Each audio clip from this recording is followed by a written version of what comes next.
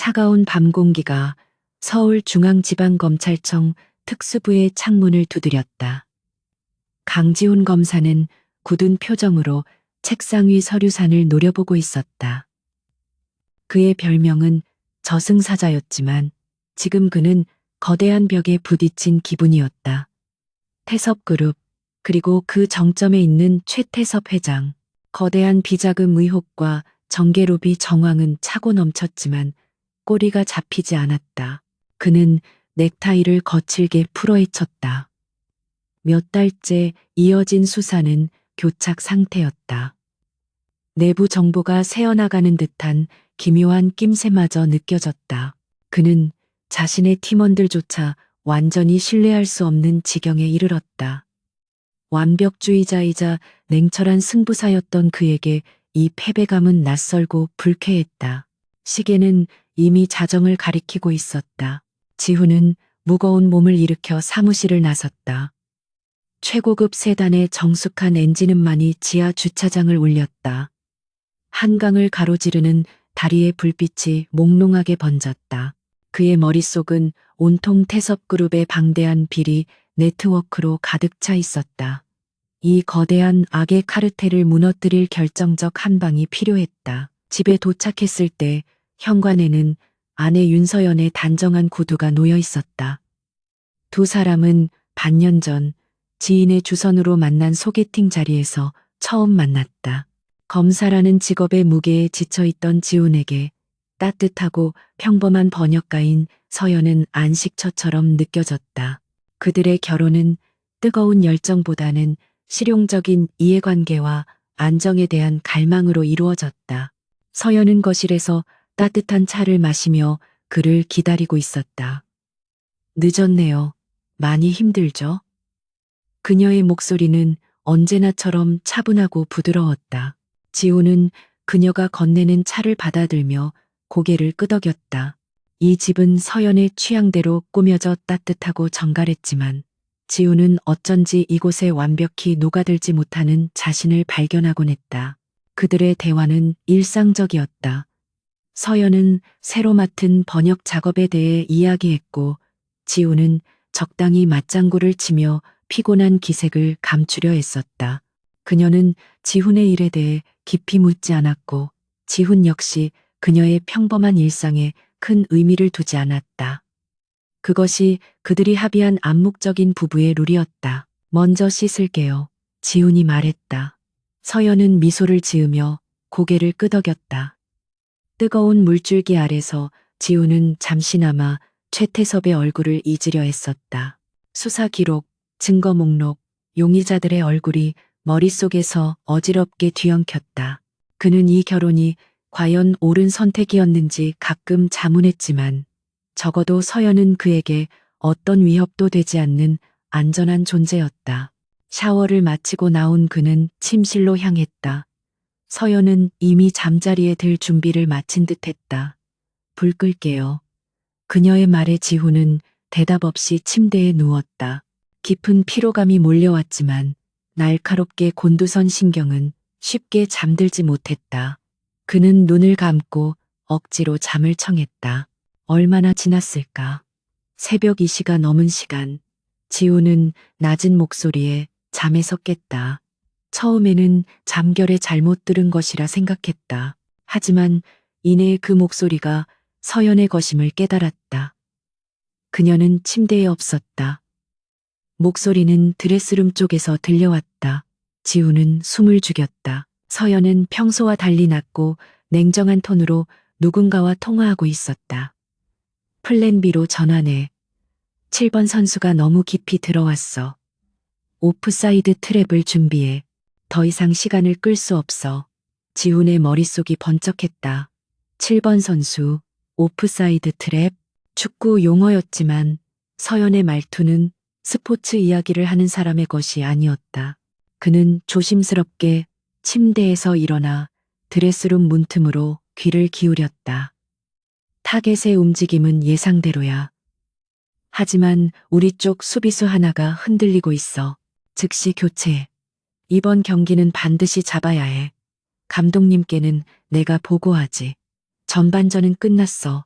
이제 후반전 시작이야. 지우는 온몸의 피가 차갑게 식는 것을 느꼈다. 감독님, 경기? 이것은 단순한 비유가 아니었다. 그녀의 목소리에는 권위와 냉혹함이 서려 있었다. 그가 알던 따뜻하고 평범한 번역가 윤서연의 모습은 어디에도 없었다. 이것은 완벽하게 훈련된 지휘관의 목소리였다. 최종 휘슬이 울릴 때까지 방심하지 마. 특히 태섭이라는 이름이 붙은 공은 우리가 먼저 걷어내야 해. 그 순간 지훈은 숨이 멎는 듯 했다. 태섭, 최태섭 회장. 그가 지금 목숨을 걸고 쫓고 있는 바로 그 이름이었다. 서연이, 그의 아내가 왜 그 이름을 입에 담고 있는가. 통화가 끝나는 소리가 들렸다. 지훈은 재빨리 침대로 돌아와 눈을 감고 자는 척했다. 드레스룸 문이 열리고 서연이 조용히 들어왔다. 그녀는 잠시 멈춰서서 지훈을 바라보는 듯했다. 지훈은 심장이 터질 듯이 뛰는 것을 억누르며 고른 숨소리를 내려고 애썼다. 서연은 아무 일 없다는 듯 침대에 누워 그의 옆자리에 누웠다. 지훈은 눈을 뜨고 싶었지만 참았다. 몇 달간의 결혼 생활, 그가 안식처라고 믿었던 이 공간, 그리고 평범하다고 생각했던 이 여자. 그 모든 것이 거대한 거짓말일지도 모른다는 의심이 그의 머릿속을 뒤흔들었다. 그가 만난 그녀와 결혼했더니 모든 것이 달라지기 시작했다. 그는 자신이 거대한 경기장의 한복판에 서 있으며 자신의 아내가 어쩌면 이 경기를 조종하는 숨겨진 감독일지도 모른다는 끔찍한 예감에 휩싸였다. 저승사자 강지훈 검사는 처음으로 자신의 통제 밖에 있는 거대한 미스터리와 마주하게 되었다. 다음 날 강지훈은 악몽에서 막 깨어난 사람처럼 찌뿌둥한 기분으로 출근했다. 어젯밤 아내의 통화 내용은 그의 머릿속에서 떠나지 않았다. 태섭이라는 이름이 우연의 일치일 리 없었다. 그는 애써 침착함을 유지하려 했지만 날카로운 의심의 칼날이 그의 이성을 계속 찔러댔다. 그는 자신의 사무실에 앉아 어젯밤의 대화를 복기했다. 7번 선수, 오프사이드 트랩, 감독님. 그것은 분명 거대한 무언가를 움직이는 조직의 언어였다. 오전 내내 그는 일에 집중할 수 없었다. 평소라면 날카롭게 파고들었을 서류의 행간에서 아무런 단서도 찾지 못했다. 그의 신경은 온통 안에 윤서연에게 향해 있었다. 점심시간이 되자 그는 충동적으로 서연의 사무실 주소를 검색했다. 그녀는 자신이 프리랜서 번역가 연합에 속해 있으며 가끔 공동 사무실을 이용한다고 말했었다. 검색 결과에 나온 주소는 강남의 한적한 오피스텔이었다. SY 트랜스라는 이름의 작은 회사였다. 그는 즉시 검찰 내부망을 통해 해당 주소지의 사업자 등록 정보를 조회했다. 합법적인 사업체였지만 설립일이 불과 1년 전이었고 대표자는 윤서연이 아닌 처음 들어보는 이름이었다. 지훈은 미간을 찌푸렸다. 단순한 번역 회사가 아니라는 직감이 강하게 들었다. 오후 2시 긴급 수사 회의가 소집되었다. 지훈이 어렵게 확보한 태섭그룹 내부 비자금 흐름의 결정적 증거를 공유하는 자리였다. 부장검사와 핵심 수사팀원들만 참석한 비공개 회의였다.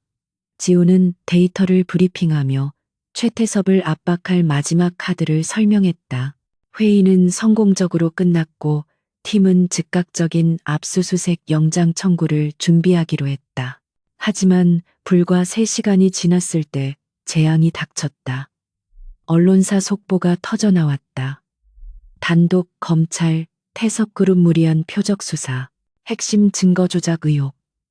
기사 내용은 지훈이 회의에서 발표한 증거의 허점을 정확히 지적하고 있었다. 그것은 수사팀 내부자가 아니면 알 수 없는 정보였다. 완벽한 역공이었다. 지훈은 얼어붙었다. 정보가 유출되었다. 그것도 가장 치명적인 방식으로. 곧이어 부장검사가 그를 호출했다. 강 검사, 이게 어떻게 된 일이야? 부장의 얼굴은 분노로 일그러져 있었다. 자네가 가져온 증거가 조작이라는 말이 있어. 그리고 이 정보 대체 누가 흘린 거야?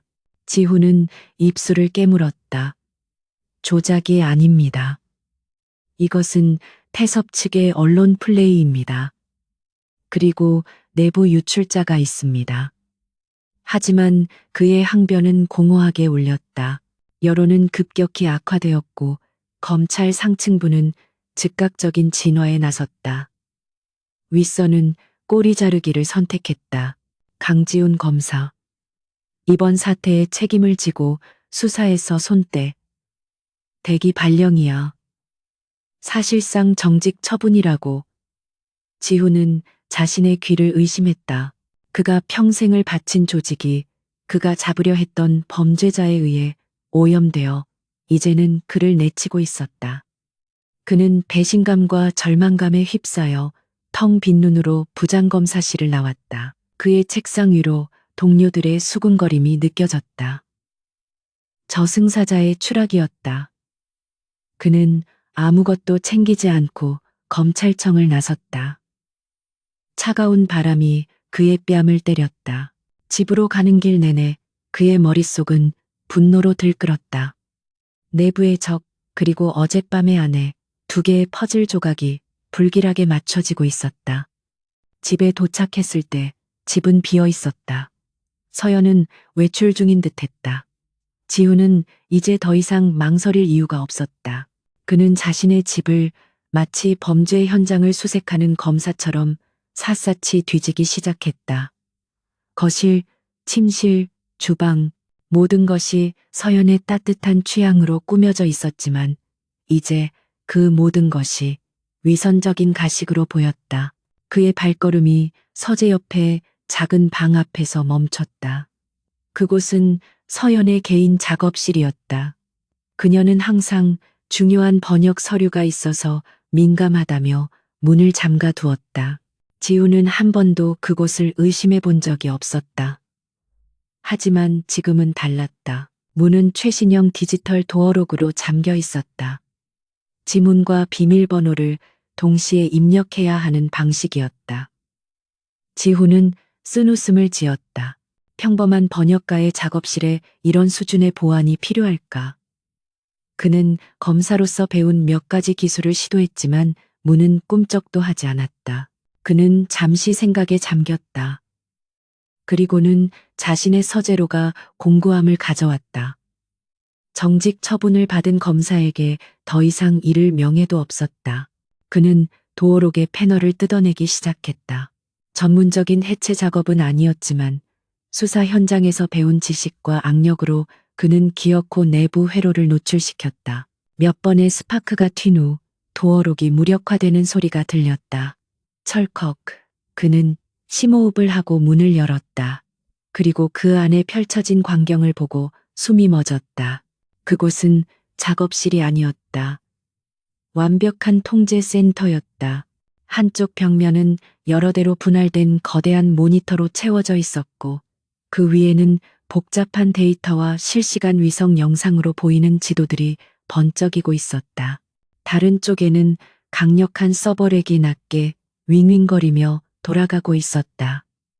책상 위에는 일반 가정집에서는 볼 수 없는 고성능 통신 장비와 암호화 기기들이 정연하게 놓여 있었다. 지훈은 자신이 마치 영화 세트장에 들어온 것 같다고 생각했다. 이곳은 국가정보원이나 군의 비밀 벙커에나 어울릴 법한 장소였다. 그는 멍하니 모니터 중 하나로 다가갔다. 그곳에는 태섭그룹의 사옥 평면도와 보안 시스템 회로도가 떠 있었다. 그리고 그 옆 모니터에는 그의 얼굴이 띄워져 있었다.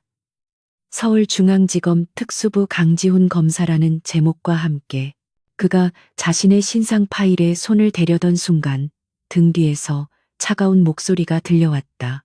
내 작업실은 함부로 들어오지 말라고 했을 텐데요. 지훈은 천천히 돌아섰다. 문 앞에 윤서연이 서 있었다. 그녀는 외출에서 돌아온 차민지 코트를 입고 있었다. 하지만 그녀의 얼굴은 지훈이 알던 따뜻한 아내의 얼굴이 아니었다. 그곳에는 분노도 놀람도 없었다. 오직 얼음장처럼 차가운 무표정과 상대를 꿰뚫어 보는 듯한 냉철한 눈빛만이 존재했다. 이게 다 뭐야? 지훈의 목소리가 낮게 가라앉았다. 배신감이 분노가 되어 치밀어 올랐다. 당신 정체가 뭐야? 서연은 천천히 방 안으로 걸어 들어왔다. 그녀는 엉망이 된 도어록을 힐끗 보더니 지훈 앞에 모니터를 바라보았다. 당신이 오늘 정직 처분을 받을 거라는 건 알고 있었어요. 내부 유출자는 당신 부서의 김 차장검사. 태섭에서 매달 5만 달러씩 받았더군요. 지훈은 망치로 머리를 맞은 듯한 충격을 받았다. 김 차장검사는 그가 가장 신뢰하던 선배 중 하나였다. 당신이 그걸 어떻게 알아? 서연은 그를 똑바로 바라보았다. 그녀의 눈은 더 이상 따뜻하지 않았다. 당신이 법의 테두리 안에서 그들을 잡으려 애쓰는 동안 나는 법이 닿지 않는 곳에서 그들을 심판해요. 그녀가 책상 위에 키보드를 몇 번 두드리자 거대한 모니터에 11명의 얼굴 사진과 프로필이 떠올랐다. 소개팅에서 만난 그녀와 결혼했더니 축구팀이 생겼다. 당신이 우스갯소리로 했던 말 기억나요? 서연이 차갑게 미소 지었다. 틀렸어요, 강지훈 씨. 당신은 선수를 만난 게 아니야. 그녀는 지훈에게 한 걸음 더 다가섰다. 나는 11의 감독, 코치예요. 그리고 저들이 내 팀원들이죠. 우리는 법이 놓친 쓰레기들을 청소하는 팀이에요. 그리고 우리의 다음 타겟이 바로 당신이 놓친 최태섭 회장이죠. 강지훈은 자신이 평생 동안 쌓아 올린 신념의 체계가 무너져 내리는 것을 느꼈다. 그의 아내, 그가 평범한 번역가라고 믿었던 윤서연은 법의 심판을 비웃는 거대한 비밀 조직의 수장이었다. 검사로서 그의 존재 이유는 법치주의를 수호하는 것이었다. 하지만 지금 그의 눈앞에 있는 진실은 법이 얼마나 무력하고 쉽게 오염될 수 있는지를 증명하고 있었다. 당신이 한 짓이 뭔지 알아? 이건 전부 불법이야. 불법 사찰, 해킹, 통신비밀보호법 위반. 당신은 내가 잡으려는 범죄자들과 다를 바 없어. 지훈의 목소리는 분노와 혼란으로 떨리고 있었다. 그는 본능적으로 그녀를 체포해야 할 범죄자로 인식했다. 서연은 그의 반응을 예상했다는 듯 조금도 동요하지 않았다. 그녀는 차가운 눈으로 남편을, 아니, 강지훈 검사를 바라보았다. 범죄자? 최태섭은 법의 보호막 뒤에 숨어 나라를 좀먹고 있어. 당신의 그 법은 그를 잡기에는 너무 느리고 구멍이 많아. 당신은 오늘 그걸 뼈저리게 느꼈을 텐데. 그녀의 말은 비수처럼 지훈의 심장을 찔렀다. 정직 처분, 김 차장검사의 배신. 그가 겪은 좌절은 모두 법의 테두리 안에서 일어난 일이었다. 김 차장검사가 증거가 있어? 지훈은 지푸라기라도 잡는 심정으로 물었다. 서연은 책상 위 태블릿을 들어 그에게 던지듯 건넸다. 화면에는 김 차장검사가 스위스 은행 계좌로 거액의 돈을 입금받는 내역과 그가 태섭그룹의 핵심 임원과 비밀리에 만나는 장면이 담긴 고화질 영상이 재생되었다. 날짜는 지훈이 수사팀의 증거를 공유하기 직전이었다. 완벽한 물증이었다. 이건 어떻게 손에 넣었지? 지훈의 목소리가 힘을 잃었다. 이것은 검찰의 공식적인 수사력으로는 절대 확보할 수 없는 자료였다. 당신이 말하는 법으로는 접근조차 불가능한 영역이죠. 우리는 법이 긋는 선을 넘어가지만 적어도 우리가 정한 선은 넘지 않아요. 우리는 사적인 이익을 위해 움직이지 않아. 우리는 썩은 뿌리를 잘라낼 뿐이야. 지훈은 태블릿을 든 채 주저앉고 싶었다. 그의 정의는 무너졌고 그가 믿었던 세계는 산산조각 났다. 그래서 이제 어쩔 거지? 나를 신고할 건가? 아니면 나도 당신의 팀원들처럼 어둠 속에서 조종할 건가? 서연은 고개를 저었다. 그녀의 목소리에 처음으로 인간적인 감정 혹은 그와 비슷한 무언가가 스쳤다. 당신은 내 팀원이 될 수 없어. 당신은 빛의 세계에 속한 사람이니까. 하지만 난 당신이 필요해. 그리고 당신도 내가 필요하고. 그녀는 거대한 메인 스크린으로 시선을 돌렸다. 화면 가득히 최태섭 회장의 얼굴이 떠올랐다. 오만한 미소를 짓고 있는 사진이었다. 우리의 목표는 같아. 강지훈 검사, 최태섭을 무너뜨리는 것. 당신은 그를 법의 심판대에 세우고 싶어 하고, 나는 그가 더 이상 이 나라를 망치지 못하게 막고 싶어. 서연은 지훈에게 다가왔다. 두 사람 사이에는 차가운 긴장감이 흘렀다. 나는 당신에게 총알을 줄 수 있어. 당신이 상상하지도 못할 만큼 강력하고 치명적인 총알을. 당신이 김 차장검사의 배신을 증명하고 검찰로 복귀할 증거, 그리고 최태섭의 숨통을 끊어놓을 결정적인 증거까지 전부. 대신 뭘 원하지? 지우는 그녀의 눈을 피하지 않고 물었다. 세상에 공짜는 없었다. 특히 이런 위험한 거래에서는 더욱 그랬다. 연합, 임시적이고 비공식적인 연합, 서연이 선언했다. 당신은 당신의 자리로 돌아가. 내가 주는 증거를 이용해 내부의 적을 처리하고 수사권을 되찾아. 그리고 나서 당신은 정문으로 들어가고 나는 뒷문으로 들어가지. 당신은 법의 칼을 휘두르고 내 선수들은 당신의 칼이 닿지 않는 곳을 정리할 거야. 그것은 악마의 속삭임처럼 달콤하고 위험했다. 지훈은 검사로서의 양심과 최태섭을 향한 복수심 사이에서 갈등했다. 이 여자의 손을 잡는 순간 그는 더 이상 순수한 법의 수호자가 될 수 없었다. 하지만 이대로 물러선다면 최태섭은 영원히 법망을 빠져나갈 것이고 김 차장검사 같은 배신자들은 계속해서 조직을 좀먹을 것이다. 왜 나지? 지훈이 물었다. 당신들 정도의 능력이면 나 없이도 최태섭을 처리할 수 있었을 텐데. 서연은 처음으로 씁쓸한 미소를 지었다. 우리는 그림자야. 우리는 최태섭을 제거할 수는 있지만 심판할 수는 없어. 우리는 그의 제국을 무너뜨릴 수는 있지만 그가 쌓아 올린 부패의 탑을 합법적으로 해체할 수는 없어. 그건 오직 당신 같은 사람만이 할 수 있는 일이야. 빛의 세계에서 합법적인 사망 선고를 내려줄 사람이 필요해. 그게 바로 당신이야, 강지훈 검사. 그녀는 지훈의 갈등을 꿰뚫어 보고 있었다. 그녀는 그가 거절할 수 없는 제안을 하고 있었다. 당신이 정직당한 순간 최태섭은 당신을 완벽하게 얕보고 있어. 그게 우리의 가장 강력한 무기가 될 거야. 추락한 검사, 아무도 주목하지 않는 패배자. 그 가면을 쓰고 우리의 작전을 수행하는 거지. 지훈은 오랫동안 침묵했다. 그는 통제센터 안을 천천히 둘러보았다. 이 작은 방이 대한민국을 움직이는 거대한 힘의 중심 중 하나일지도 몰랐다. 그리고 이 모든 것을 통제하는 감독이 바로 그의 아내였다. 그는 결심한 듯 눈을 감았다가 떴다. 그의 눈에 다시 냉철한 검사의 빛이 돌아왔다. 좋아, 연합하지.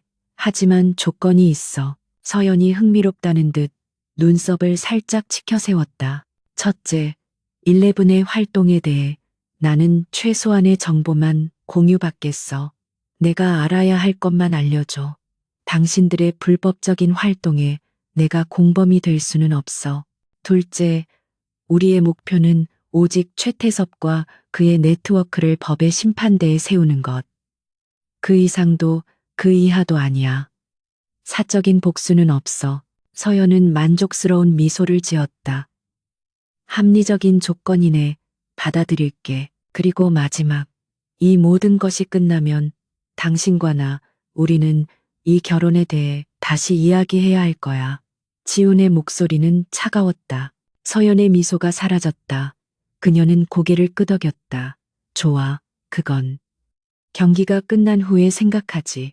두 사람의 위험한 동맹이 그렇게 시작되었다.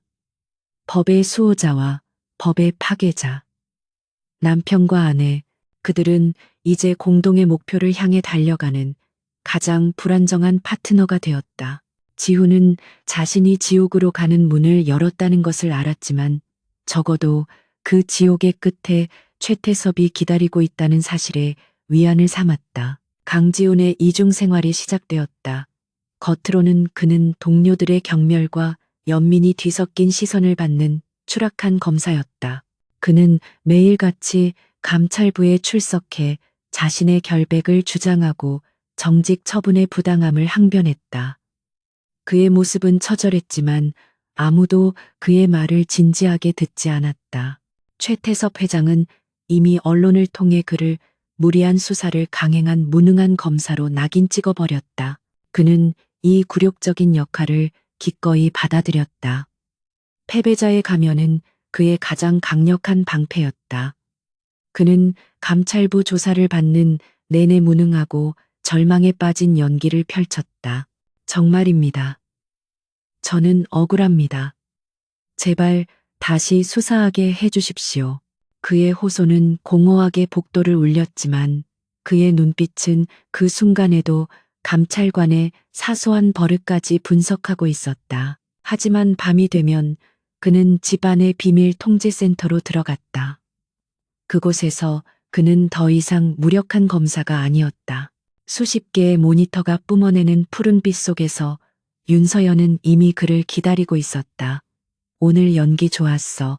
감찰부장 표정이 아주 볼만하더군. 그녀가 커피를 건네며 차갑게 말했다. 그녀의 모니터에는 감찰부장실 내부가 실시간으로 보이고 있었다. 지우는 그 불법적인 화면에서 애써 시선을 돌렸다. 김 차장 검사 건부터 처리하지. 이 증거 이대로는 못 써. 서연이 건넨 증거는 완벽했지만 치명적인 독이 묻어 있었다. 불법 해킹으로 얻은 스위스 은행 계좌 내역과 도청 파일. 이것을 이대로 제출하면 증거 능력이 없을 뿐더러 지훈 자신이 공범이 되는 셈이었다. 합법적인 경로를 만들어야 해. 감찰부가 스스로 발견하게 만들어야지. 지훈이 말했다. 그는 검사로서의 경험을 살려 계획을 세웠다. 서연은 11의 해커 스트라이커를 연결했다. 그는 음성 변조된 목소리로만 대화했다. 검사님 아이디어는 좋은데 검찰 내부망 방화벽이 생각보다 두꺼워요. 신규 시스템이 아니라 10년 전에 구축한 구형 백업 서버 프로토콜을 노려. 그쪽은 업데이트가 허술할 거야. 지훈은 내부자만이 알 수 있는 취약점을 정확히 짚어냈다. 작전은 새벽 3시에 실행되었다. 스트라이커가 검찰 내부망에 침투해 마치 오래전부터 존재했던 것처럼 위장된 내부 고발자의 이메일을 감찰부장의 개인 메일함에 심어놓았다.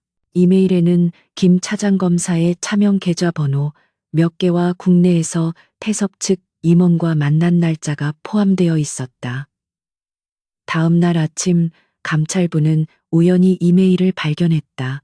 그들은 반신반의하며 계좌 추적을 시작했고 지훈이 심어놓은 단서를 따라가자 거대한 비리의 흔적이 드러났다. 서연이 제공한 원본 증거는 사용되지도 않았지만 감찰부는 자신들의 능력으로 김 차장 검사의 비리를 밝혀냈다고 확신했다. 김 차장 검사는 전격 구속되었다. 검찰 조직은 내부의 적을 색출했다는 안도감과 동시에 핵심 간부의 배신에 충격에 빠졌다. 이 모든 혼란 속에서 무리한 수사라는 오명을 썼던 강지훈 검사에 대한 동정론이 고개를 들기 시작했다. 그는 이 공로를 인정받아 기적적으로 복직에 성공했다. 하지만 그의 위치는 여전히 불안했다.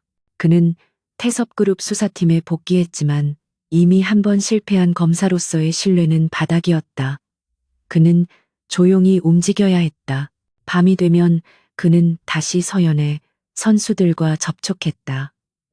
11은 최태섭에게 모든 것을 잃고 복수를 꿈꾸던 이들을 완벽하게 보호하고 있었다. 지훈은 이제 두 개의 전선에서 싸워야 했다.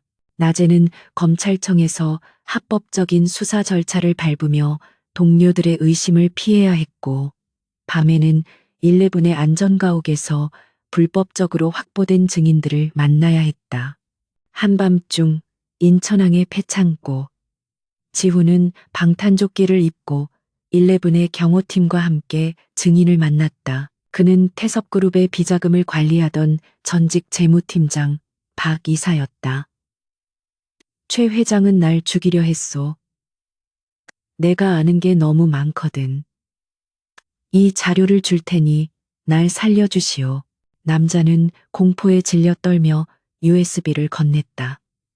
11의 경호팀장, 센터백이라 불리는 과묵한 남자가 그림자처럼 그들의 뒤를 지켰다. 지우는 그 자리에서 노트북을 열어 자료를 확인했다. 최태섭의 비자금이 정치권으로 흘러 들어간 내역이 담긴 원본 장부였다. 당신의 신변은 약속대로 이들이 보호할 겁니다. 법정에서 증언만 해주십시오. 지우는 확보한 자료를 즉시 서연의 암호화된 서버로 전송했다. 검찰청에는 어떤 기록도 남기지 않았다. 지훈이 법의 그물망을 짜는 동안 서연의 팀은 태섭그룹을 뒤흔들었다. 최태섭의 자금줄을 마르게 하지 않으면 그는 그 돈으로 또 다른 김 차장 검사를 살 거야. 통제센터에서 서연이 선언했다.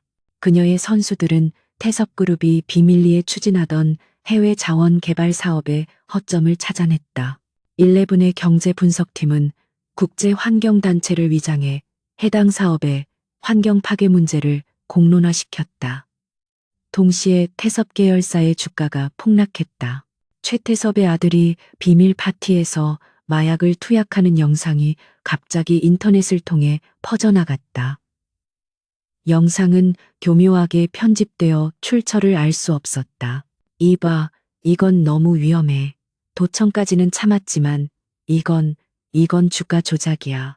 명백한 범죄라고. 지훈이 통제센터에서 격분하여 소리쳤다. 서연은 눈 하나 깜빡하지 않고 모니터에 떠 있는 태섭 계열사의 폭락하는 주가 그래프를 바라보았다. 최태섭은 합법적인 방법으로 수백억을 횡령했어. 우리는 그저 그 돈의 일부를 시장에 환원하는 것뿐이야. 그래도 이건 아니야. 내가 검사라는 걸 잊었어? 지훈의 외침에 서연이 차갑게 돌아보았다. 아니, 잊지 않았어. 당신이 검사이기 때문에 우리가 이 일을 하는 거야. 당신이 빛 속에서 칼을 휘두를 수 있도록 우리가 어둠 속에서 칼날을 가는 거지. 당신 손에 피를 묻히기 싫으면 그냥 당신의 증인들이나 챙겨. 여긴 내가 맡을 테니. 지훈은 입술을 깨물었다. 그는 아내의 방식에 동의할 수 없었지만 그것이 효과적이라는 것은 부정할 수 없었다. 최 회장은 사방에서 터지는 불을 끄느라 정신이 없었다.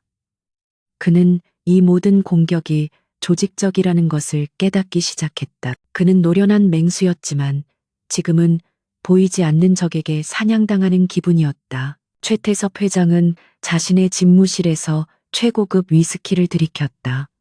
김 차장 검사는 멍청하게 당했어. 하지만 강지훈, 그놈이 복직한 게 우연일 리가 없어. 그는 강지훈이 겉으로는 힘을 잃은 척 연기하고 있음을 직감했다. 놈이 분명 내 뒤를 캐고 다닐 거야. 놈이 접촉하는 모든 인간을 감시해. 최 회장은 자신의 법무팀장인 고 변호사에게 특명을 내렸다. 이번에는 단순한 스캔들로는 안 돼. 놈이 다시는 검사복을 입을 생각조차 못하게 만들어야 해. 뇌물, 여자, 혹은 마약이라도 좋아. 뭐든 엮어서 놈을 사회적으로 매장시켜버려. 최 회장의 눈이 흉흉하게 빛났다. 최 회장의 미행팀은 24시간 지훈을 쫓았다.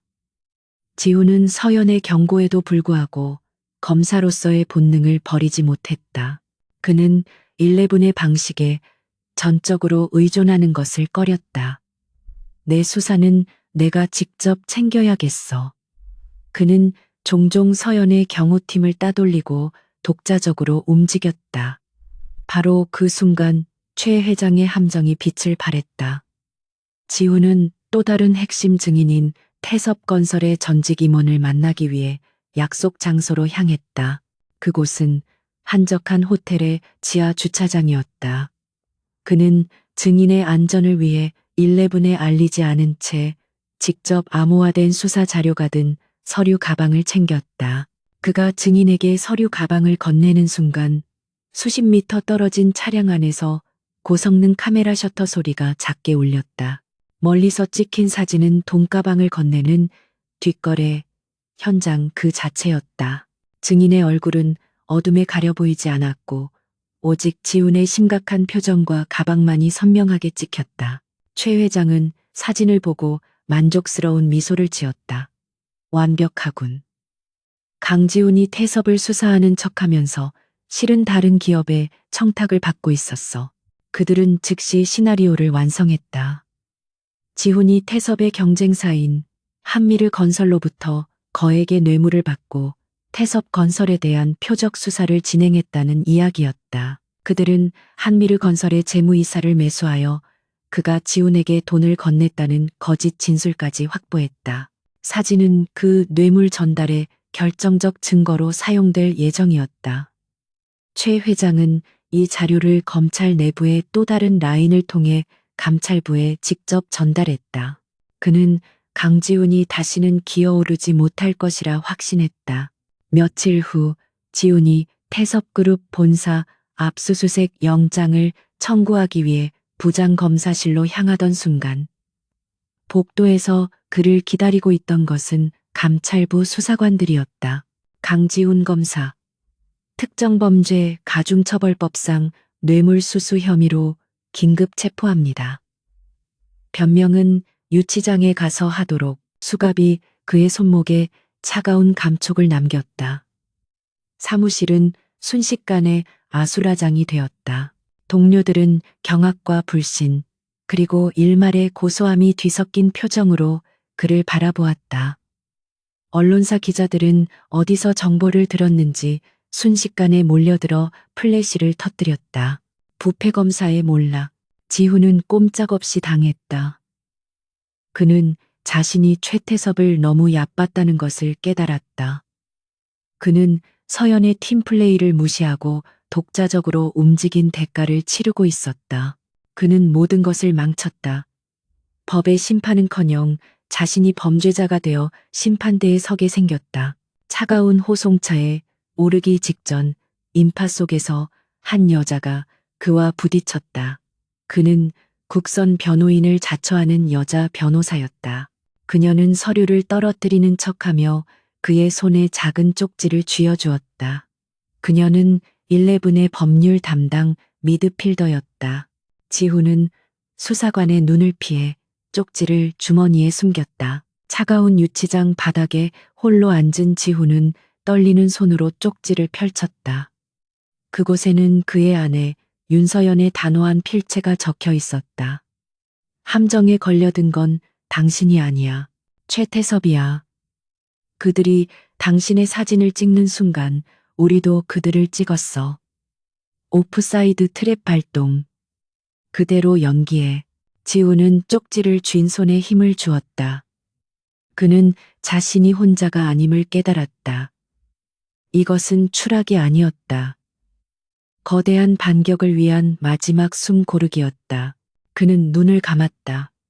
이제 그는 무대 위에 홀로 남겨진 배우였다. 그리고 그의 아내가 이 연극의 모든 것을 지휘하고 있었다. 강지훈은 차가운 취조실의 의자에 앉아 있었다. 불빛은 어두웠고 공기는 탁했다. 그의 앞에는 감찰부의 후배 검사들이 앉아 있었다. 그들의 얼굴에는 이기고 있다는 오만함과 선배를 신문해야 하는 복잡 미묘한 감정이 뒤섞여 있었다. 그들은 지훈이 한미르 건설에서 뇌물을 받았다는 조작된 증거 사진을 책상 위에 던져 놓았다. 선배님, 인정하십시오. 이 사진 속 인물이 한미르 건설의 재무이사 아닙니까? 이 가방, 돈 가방 맞죠? 후배의 목소리는 날카로웠지만 지훈은 그 안의 불안함을 읽었다. 그들은 자신들의 시나리오에 스스로를 억지로 맞추고 있었다. 지훈은 서연의 쪽지를 떠올렸다. 그대로 연기해. 그는 절망에 빠진 남자의 연기를 시작했다. 아니야, 이건 함정이야. 내가 만난 건 증인이었어. 최태섭이 날 함정에 빠뜨린 거라고. 그는 일부러 목소리를 높이고 억울함에 몸을 떨었다. 증인? 증인이 왜 선배님께 저런 돈 가방을 줍니까? 그리고 증인이라면서 왜 저희에게 보고도 안 하셨습니까? 감찰부 검사는 승기를 잡았다는 듯이 몰아붙였다. 이미 한미르 건설 이사는 다 자백했습니다. 선배님께 태섭그룹 수사를 무마해달라는 청탁과 함께 돈을 건넸다고. 지우는 머리를 감싸쥐었다. 완벽한 함정이었다. 최태섭은 증인을 매수하는 것을 넘어 아예 새로운 시나리오를 창조해냈다. 거짓말이야. 그럴 리가 없어. 그의 절규는 취조실의 차가운 벽에 부딪혀 공허하게 사라졌다. 그는 지금 패배한 검사역을 완벽하게 소화하고 있었다. 같은 시각 태섭그룹의 심장부인 최태섭 회장의 펜트하우스에서는 축배가 한창이었다. 강지훈, 그 독사 같은 놈이 드디어 내 손에 잡혔어. 최 회장은 최고급 와인이 담긴 잔을 높이 들었다. 고 변호사를 비롯한 핵심 측근들이 아첨하는 웃음을 지으며 잔을 부딪혔다. 회장님의 해안이 놀랍습니다. 감히 회장님을 물려고 했던 개는 이제 제 목줄에 묶여 끌려가게 생겼습니다. 고 변호사가 말했다. 감찰부에 심어둔 우리 라인에서 보고가 왔습니다. 강지우는 곧 구속영장이 청구될 것이고 변호사 자격까지 박탈당할 겁니다. 완벽한 승리입니다. 최태섭은 만족스러운 웃음을 터뜨렸다. 그는 발 아래 펼쳐진 서울의 야경을 내려다보았다. 이제 아무도 감히 나를 건드리지 못할 것이다. 수사팀은 와해되었고 유일하게 성가시게 굴던 놈은 끝났어. 오늘 밤은 두 발 뻗고 잘 수 있겠군. 그는 자신의 제국이 그 어느 때보다 견고하다고 확신했다. 그의 모든 보안팀은 이제 축하 파티를 즐기며 경계를 완전히 풀고 있었다. 그 순간 강지훈의 집 비밀 통제센터에서는 완전히 다른 풍경이 펼쳐지고 있었다. 윤서연은 11개의 모니터를 동시에 응시하며 냉철하게 명령을 내리고 있었다. 최태섭이 축배를 들었어. 지금이 골든 타임이야. 스트라이커 5분 준다. 메인 서버 방화벽은? 헤드셋 너머로 스트라이커의 빠르고 자신감 넘치는 목소리가 들려왔다. 코치, 방화벽은 이미 제 놀이터입니다. 저놈들 승리감에 취해서 보안팀까지 파티에 불렀나 본데요. 백도어는 활짝 열려 있습니다. 데이터 전송 시작합니다. 좋아. 센터백, 미드필더. 우리가 확보한 원본 영상. 지금이야. 서연이 지시했다. 지훈이 호텔 주차장에서 체포될 때 최태섭의 팀이 지훈을 찍는 동안 11의 팀은 더 높은 곳에서 모든 것을 찍고 있었다. 그들의 영상에는 지훈과 증인의 대화 내용까지 선명하게 녹음되어 있었다. 영상 속에는 지훈이 증인에게 이 가방은 돈이 아닙니다. 당신의 가족을 보호하기 위한 위성전화와 비상자금입니다. 법정에서 증언만 해주십시오 라고 말하는 장면이 고스란히 담겨 있었다. 또한 최태섭의 팀이 몰래 사진을 찍는 장면과 그들이 한미르 건설 이사와 접촉하여 돈으로 매수하는 장면까지 확보되어 있었다. 이것이 서연이 말한 오프사이드 트랩이었다. 최태섭이 함정을 팠다고 생각했을 때 그는 이미 서연이 설계한 더 큰 함정 안에 들어와 있었던 것이다. 그는 지훈이라는 미끼를 무느라 자신의 본진이 완전히 노출된 것을 깨닫지 못했다. 데이터 다운로드 90% 완료. 이건 대박인데요, 코치? 스트라이커의 목소리가 흥분으로 살짝 떨렸다. 최태섭이 2중 장부를 썼습니다. 아니, 3중 장부네요. 우리가 찾던 정치권 로비 명단, 검찰 내부의 또 다른 조력자들 명단, 그리고 김 차장검사에게 흘러간 돈의 출처까지 완벽하게 확보했습니다. 화면 가득히 암호화된 파일들이 쏟아져 들어왔다. 그것은 11이 그토록 찾던 태섭 제국의 원본 설계도 판도라의 상자였다. 그 안에는 최태섭이 어떻게 법과 권력 위에 군림해 왔는지, 그와 결탁한 부패한 권력자들의 이름이 빼곡히 적혀 있었다. 서연은 얼음처럼 차가운 미소를 지었다. 좋아, 이제 강지훈 검사를 꺼내야지. 미드필더, 확보한 원본 영상과 최태섭의 매수 증거, 지금 즉시 서울중앙지검이 아닌 대검찰청 감찰본부로 직접 투서해, 내부 고발자의 이름으로, 그리고 언론사 몇 군데에도 살짝 흘려. 부패검사의 누명이라는 제목이 좋겠군. 다음 날 아침, 대한민국은 뒤집혔다.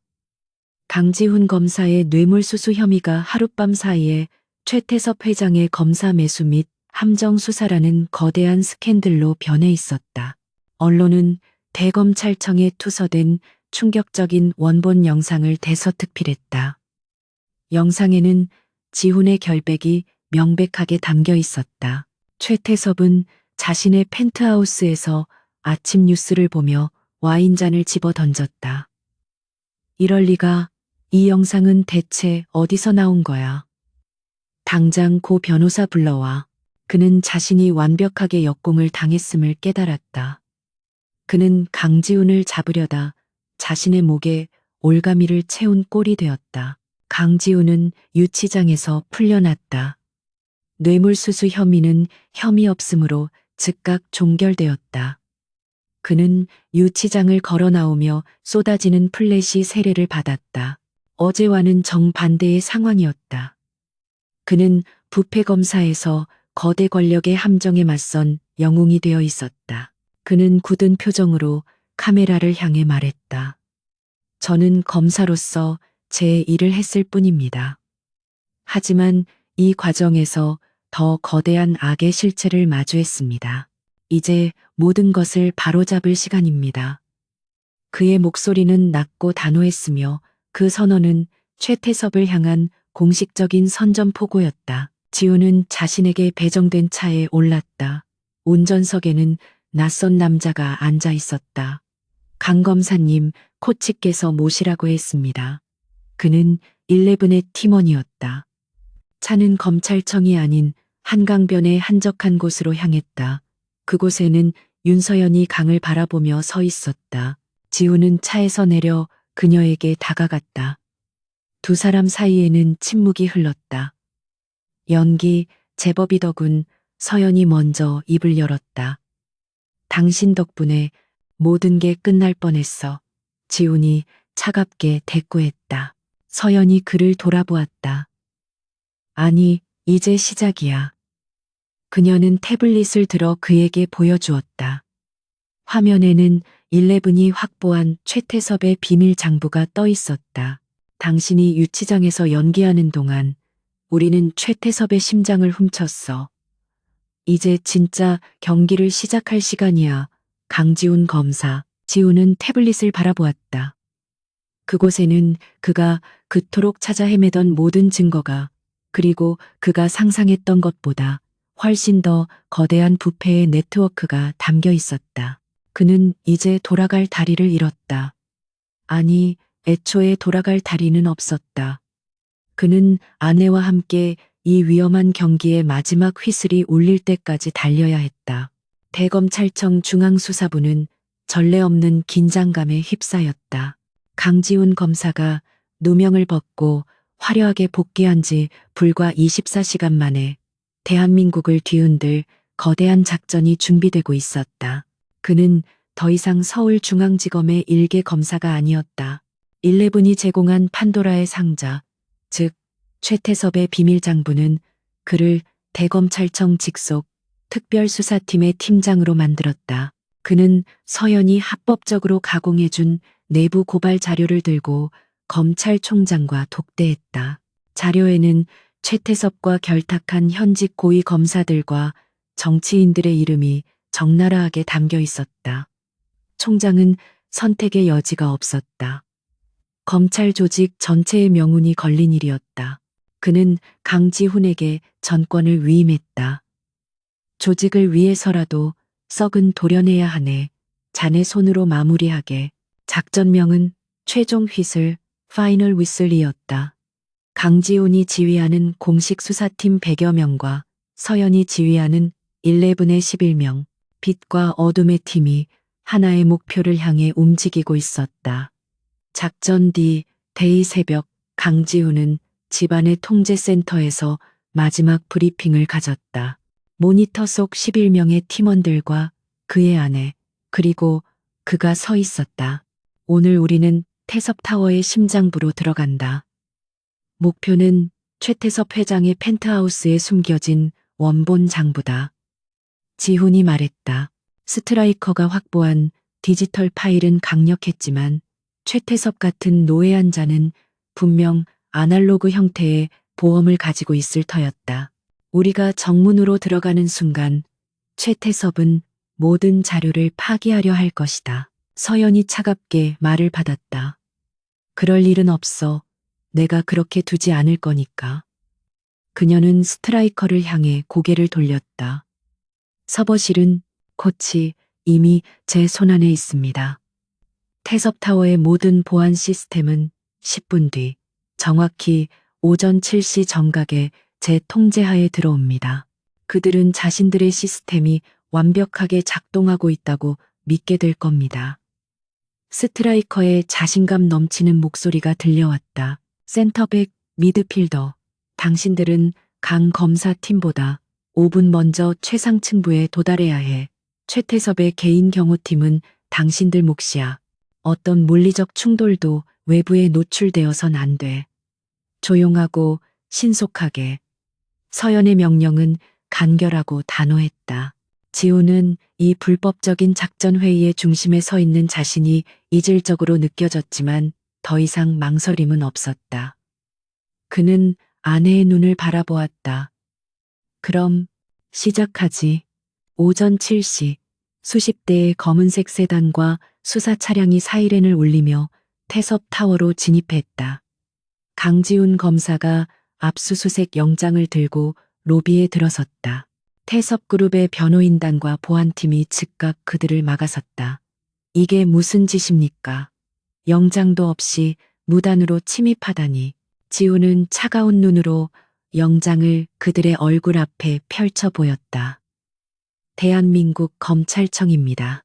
횡령, 배임, 뇌물 공여, 증거, 인멸 혐의로 태섭그룹 본사를 압수수색합니다. 방해할 시 공무집행방해로 현장에서 체포하겠습니다. 그의 목소리는 로비 전체를 얼어붙게 만들었다. 같은 시각 태섭타워 100층 최태섭 회장의 펜트하우스. 그는 여유롭게 아침 식사를 하고 있었다. 비서가 다급하게 뛰어들어왔다. 회장님, 강지훈 검사가 들이닥쳤습니다. 최태섭은 포크를 내려놓았다. 그의 얼굴이 순간적으로 일그러졌지만 이내 오만한 미소를 되찾았다. 감히 죽다 살아나더니 겁을 상실했군. 고 변호사는 1층에서 맡고 있습니다만 기세가 대단합니다. 당장이라도 올라올 기세입니다. 멍청한 놈들. 최태섭은 자리에서 일어났다. 시간은 충분해. 프로토콜 제로를 실행시켜 모든 서버의 데이터를 삭제해. 그리고 내 서재에 있는 그것도 준비해. 놈들이 가져갈 수 있는 건 빈 껍데기뿐일 거야. 그는 자신의 거대한 금고형 서재로 향했다. 그가 서재 문을 열려던 순간 회장님, 프로토콜 제로가 실행되지 않습니다. 보안팀장의 다급한 목소리가 인터컴을 통해 울렸다. 뭐라고? 당장 수동으로라도 삭제해. 최 회장이 소리쳤다. 그게 모든 시스템이 먹통입니다. 마치 누군가 우리 시스템 안에서 그때였다. 펜트하우스의 육중한 문이 소리 없이 열렸다. 그곳에는 방금 전까지 그를 막던 보안팀장과 경호원들이 바닥에 쓰러져 있었다. 그리고 낯선 그림자 두 개가 서 있었다. 센터백과 미드필더였다.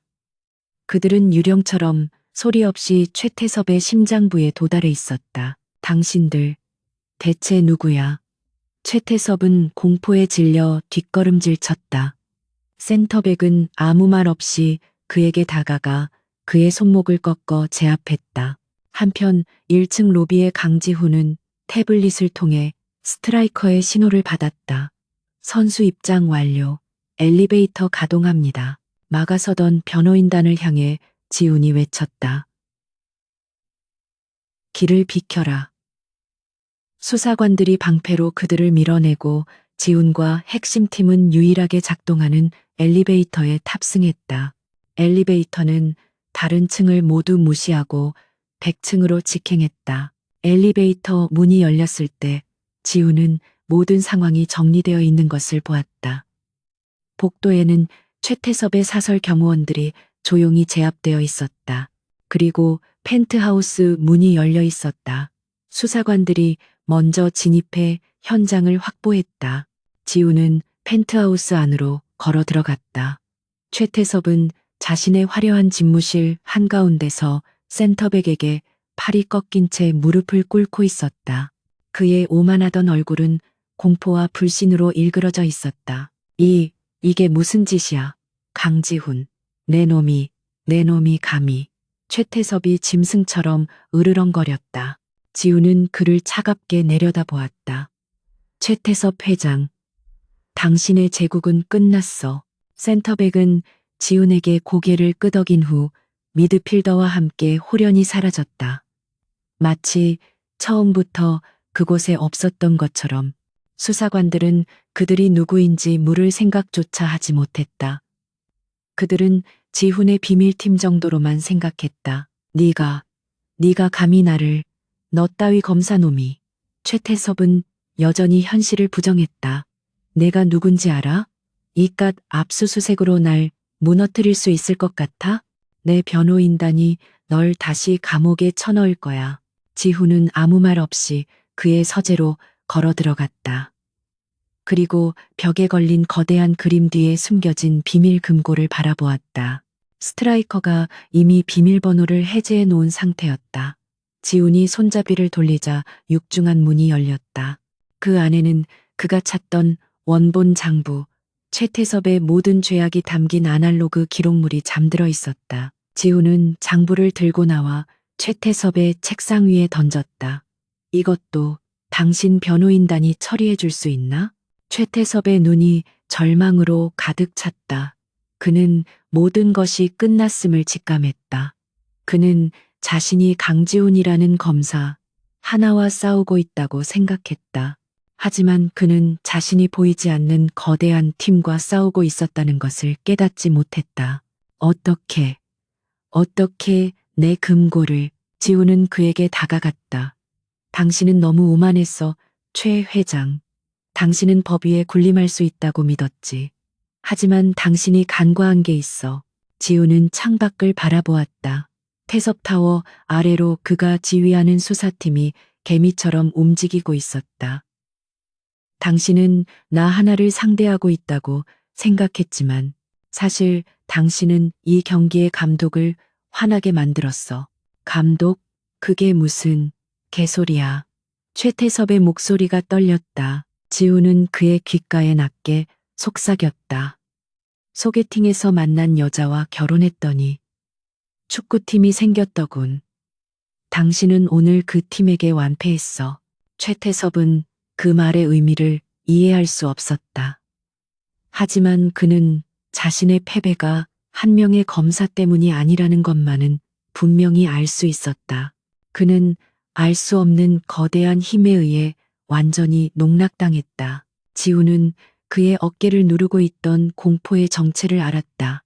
그것은 그의 아내 윤서연이었다.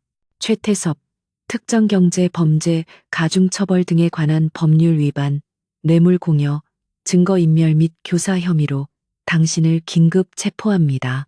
강지훈은 차가운 수갑을 최태섭의 손목에 채웠다. 한 시대를 풍미했던 거대하게 제국이 그들의 홈그라운드에서 가장 비참한 방식으로 무너져 내리는 순간이었다. 최태섭 회장의 체포는 대한민국 사회 전체를 뒤흔든 거대한 태풍의 눈이 되었다. 그가 무너지자 그가 돈과 권력으로 쌓아 올린 부패의 카르텔은 도미노처럼 쓰러지기 시작했다. 강지훈 검사는 특별수사팀의 수장으로서 밤낮 없이 최종 휘슬 작전의 후속 처리를 지휘했다. 태섭 타워에서 확보된 원본 장부는 그야말로 판도라의 상자였다. 장부에는 현직 국회의원, 고위 관료, 그리고 검찰 내부의 고위 간부들까지 최태섭에게 정기적으로 관리받아온 인물들의 이름이 빼곡히 적혀 있었다. 대한민국을 움직인다고 자부하던 권력의 핵심부가 낱낱이 드러났다. 언론은 연일 특종을 터뜨렸고 국민들은 충격과 분노에 휩싸였다. 강지훈은 냉철하고 가차없이 칼을 휘둘렀다. 그는 더 이상 좌고우면하지 않았다. 그의 손에 들린 증거는 11이 불법적으로 수집한 것이 아니라 그가 합법적인 압수수색을 통해 확보한 완벽한 물증이었다. 그는 이 거대한 청소 작업을 지휘하며 자신이 그토록 원했던 정의를 실현하고 있었다. 몇 주에 걸친 수사 끝에 수십 명의 정치인과 관료들이 기소되었다. 강지훈이 가장 먼저 처리한 것은 검찰 내부의 부패 세력이었다. 김 차장검사를 포함하여 최태섭에게 매수된 검사들은 전원옷을 벗고 구속되었다. 검찰 조직은 사상 초유의 위기를 맞았지만 동시에 썩은 살을 도려낸 강지훈이라는 새로운 영웅을 얻었다. 그는 국민검사, 부패 저격수로 불리며 대중의 영웅이 되었다. 하지만 지훈은 그 누구에게도 말할 수 없는 무거운 비밀을 안고 있었다. 이 모든 승리가 그의 아내, 법의 그림자 속에서 움직이는 감독 윤서연과 그녀의 축구팀 없이는 불가능했다는 사실을. 그는 자신이 빛의 한가운데 서 있을수록 그의 아내가 더 깊은 어둠 속에 존재해야 함을 깨달았다. 모든 것이 어느 정도 일단락된 늦은 밤, 지훈은 피곤한 몸을 이끌고 집으로 돌아왔다. 현관에는 서연의 단정한 구두가 놓여 있었다. 그는 넥타이를 풀며 거실로 들어섰다. 서연은 그가 처음 의심을 품었던 그날 밤처럼 거실에서 차를 마시고 있었다. 하지만 이번에는 그를 기다리고 있었다. 비밀 통제센터의 푸른 모니터 불빛은 꺼져 있었다. 그곳은 다시 평범한 아내의 작업실로 위장되어 있었다. 두 사람 사이에는 어색한 침묵이 흘렀다. 격렬했던 경기는 끝났고 이제 그들은 남편과 아내, 공범이자 동반자로서의 현실을 마주해야 했다. 모든 게 끝났어. 지훈이 먼저 입을 열었다. 그의 목소리는 모든 것을 쏟아낸 사람처럼 공허했다. 최태섭은 무기징역을 구형받을 거야. 관련된 놈들도 전부 법의 심판을 받았고 서연은 조용히 찻잔을 내려놓았다. 그녀의 얼굴은 다시 따뜻한 번역가의 모습으로 돌아와 있었지만 그녀의 눈빛은 여전히 모든 것을 꿰뚫어 보는 듯한 깊이를 담고 있었다. 수고했어요. 당신이 해낸 거야. 강지훈 검사. 아니, 지훈은 고개를 저었다. 그는 서연의 맞은편 소파에 앉았다. 우리가 해낸 거지. 당신 팀이 없었다면 난 지금쯤 부패검사라는 누명을 쓰고 감옥에 있거나 변호사 개업이나 하고 있었겠지. 당신들이 아니었다면 최태섭은 지금도 저 위에서 와인을 마시고 있었을 거야. 그는 자신의 신념이 무너진 자리에서 새로운 진실을 받아들여야 했다. 나는 당신의 방식을 결코 용납할 수 없어. 검사로서 내 모든 것이 그것을 부정해. 당신들은 법을 어겼어. 명백한 범죄야. 알아. 서연이 담담하게 대답했다. 하지만 당신들이 옳았다는 것도 알아. 지우는 괴로운 듯 눈을 감았다. 이 썩어빠진 시스템 안에서 내가 믿었던 법만으로는 아무것도 바꿀 수 없었어. 괴물을 잡으려면 나 역시 괴물이 되어야 했는지도 몰라. 아니, 적어도 괴물의 손을 잡아야 했지. 그는 눈을 뜨고 서연을 똑바로 바라보았다. 우리가 마지막으로 했던 약속. 기억해? 이 모든 것이 끝나면 이 결혼에 대해 다시 이야기하자고. 서연의 어깨가 미세하게 떨리는 것을 지우는 놓치지 않았다. 그녀가 처음으로 보인 약한 모습이었다. 그래, 기억해. 이혼 서류를 준비할까? 그녀의 목소리는 애써 태연했지만 그 끝은 흔들리고 있었다. 지우는 잠시 침묵했다. 그는 이 여자와 보낸 지난 몇 달을 떠올렸다. 소개팅에서의 어색한 만남, 실용적인 합의로 이루어진 결혼, 평범한 일상에 대한 갈망, 그리고 그 모든 것을 뒤엎었던 그날 밤의 통화 소리, 통제센터의 충격, 배신감, 그리고 치열했던 공방. 왜 이런 일을 시작했어? 지훈이 물었다. 당신 정도의 능력이라면 어디서든 최고가 될 수 있었을 텐데. 왜 굳이 이런 위험한 어둠 속으로 들어온 거야? 서연은 시선을 돌려 창밖의 어두운 도시를 바라보았다. 나도 당신처럼 법을 믿었으니까. 그녀의 목소리가 낮게 가라앉았다. 오래전 내 아버지가 최태섭 같은 놈에게 모든 것을 빼앗기고 억울하게 돌아가셨어. 그때 나도 검사가 되고 싶었지. 법이 그들을 심판해 줄 거라 믿었어. 하지만 법은 그들의 편이었어. 그들은 돈으로 법을 샀고 증인을 매수했고 검사를 길들였지. 그녀는 다시 지훈을 바라보았다. 그녀의 눈에는 깊은 슬픔이 고여 있었다. 그때 깨달았어. 법이 닿지 않는 곳이 있다면 그곳에서 싸워줄 누군가가 필요하다고. 그래서 내가 감독이 되기로 한 거야. 법이 놓친 괴물들을 사냥하는 팀을 만들기로. 그리고 당신을 만났지. 그녀가 씁쓸하게 미소 지었다. 처음엔 당신도 그저 이용할 말 중 하나라고 생각했어. 유능하지만 곧 벽에 부딪힐 고지식한 검사. 하지만 당신은 달랐어. 부러질지언정 휘어지지 않더군. 그래서 당신이 위험해지는 걸 그냥 볼 수가 없었어. 지우는 그녀의 고백에 할 말을 잃었다. 그들의 결혼은 시작부터 실용적인 계약이 아니었다. 그것은 서연의 거대한 계획의 일부였지만 어느 순간부터 진심이 개입되어 버린 것이었다. 지훈은 자리에서 일어나 그녀에게 다가갔다. 그는 서연의 앞에 서서 그녀의 손을 잡았다. 그녀의 손은 차가웠다. 당신은 여전히 범죄자야, 윤서연. 그리고 나는 당신을 체포해야 할 검사고. 서연이 그의 손을 뿌리치려 했지만 지우는 더 세게 잡았다. 하지만 당신은 내 아내이기도 해. 그리고 내 유일한 파트너고. 그는 그녀를 일으켜 세웠다. 두 사람의 눈이 마주쳤다. 이 결혼, 이혼 서류로 끝낼 수 없을 것 같군. 지훈이 낮은 목소리로 말했다. 당신이 그 어둠 속에서 계속 싸우겠다면 나도 내 자리에서 싸우겠어. 당신이 법의 경계를 넘나들 때 나는 그 법의 경계 안에서 당신이 만든 결과를 지켜내겠어. 그게 우리가 함께 할 수 있는 유일한 방법일 거야. 서연의 눈에서 한 줄기 눈물이 흘러내렸다. 그녀가 처음으로 보여준 진심 어린 눈물이었다. 그녀는 고개를 끄덕였다. 그들의 입맞춤은 뜨겁거나 열정적이지 않았지만 그 어떤 연인보다도 깊고 복잡한 의미를 담고 있었다. 몇 달 후 강지훈 검사는 여전히 바쁜 나날을 보내고 있었다. 그는 검찰 내부의 가장 강력한 특별수사팀을 이끌고 있었다. 그의 책상 위에는 또 다른 거대 기업의 비리 의혹 파일이 놓여 있었다.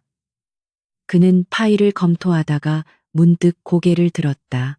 서재문이 살짝 열려 있었다. 그 안에서 아내의 차분한 목소리가 들려왔다. 좋아. 다음 타겟은 블루 드래곤이야. 9번 선수 침투 경로는 확보했나? 좋아. 스트라이커. 방해 전파 준비해. 이번 경기는 전반전에 끝낸다. 지훈은 쓴웃음을 지었다. 그는 자리에서 일어나 커피를 들고 서재문을 열었다. 서연은 헤드셋을 쓴 채 동시에 여러 개의 모니터를 보며 11명의 선수들을 지휘하고 있었다. 그녀는 지훈을 보고 눈짓으로 인사했다. 지훈은 그녀의 책상에 커피를 내려놓았다. 그의 눈에 모니터 속 블루드래곤이라는 기업의 로고가 들어왔다. 공교롭게도 그가 다음 수사 대상으로 검토하던 바로 그 기업이었다. 그는 아무 말 없이 자신의 사무실로 돌아와 책상에 앉았다. 그는 블루드래곤의 파일을 다시 펼쳤다. 어쩌면 며칠 뒤 익명의 내부 고발자로부터 결정적인 제보가 들어올지도 몰랐다. 강지우는 창밖을 바라보았다. 그는 소개팅에서 한 여자를 만났고 그녀와 결혼했다. 그리고 그는 11명의 선수를 둔 축구팀의 일원이 되었다. 평범한 안식처를 원했던 그의 삶은 이제 그 어떤 수사보다도 더 복잡하고 위험한 경기 자체가 되었다. 하지만 이상하게도 그는 더 이상 외롭지 않았다.